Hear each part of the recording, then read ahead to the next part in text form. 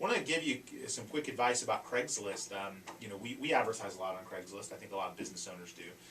But there's a lot of scams going on Craigslist. There certainly are. We've run into it where people are taking our homes that are on the market for sale, they're taking the photos off of them, and they're putting them up for rent.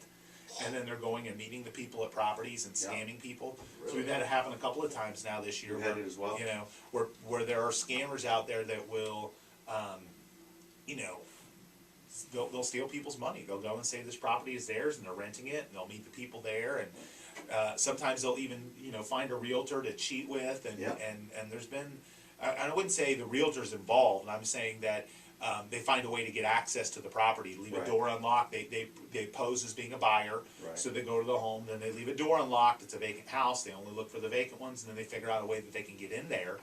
And then they show up and meet a prospective tenant there and get deposit money and the first month's rent, and then vanish. They're gone. So, you know, I would strongly encourage you.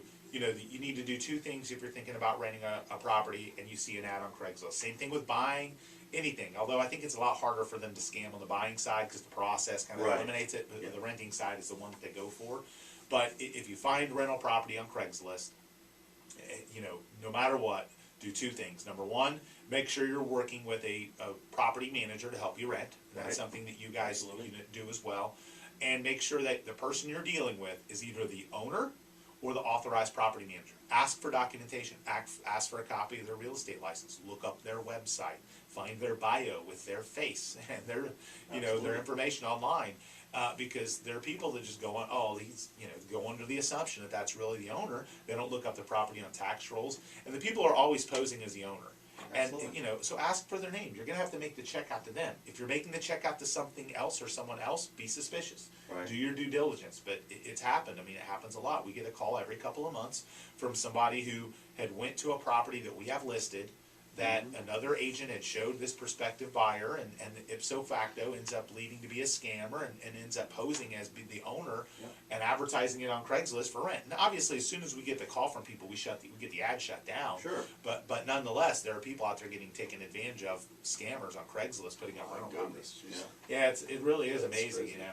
And it's tough because I think Craigslist is it's a generational thing. There's certain people that love Craigslist. I wouldn't just say a generational thing. It's just some people love Craigslist, some people don't. You know, they like to barter, they go to garage sales, and they look at homes for rent or homes for sale. And we actually get a lot of traffic from our ads that we run on Craigslist for homes for sale.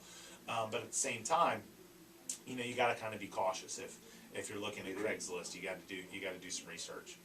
Is that something? So you guys have dealt with that too, right, Paul? Oh yeah, we've actually had luckily we've only had one person that actually, they took our ad, scanned it, took our copies, and put the rent for half as much as what it actually was. That's usually a sign too. Like if the rent is, you know, if it's a $2,000 a month place and they're advertising it for $1,000 a month, if it looks too good to be true, it probably is. And if you have to wire money anywhere and get the keys in the mail, that's a bad sign. And this person didn't quite understand it. That was the very first time she'd ever rented a home, and she did that. And luckily, I hate to say that, you know, $800 isn't a lot, because $800 is a tremendous amount of money, especially when it's your first time renting.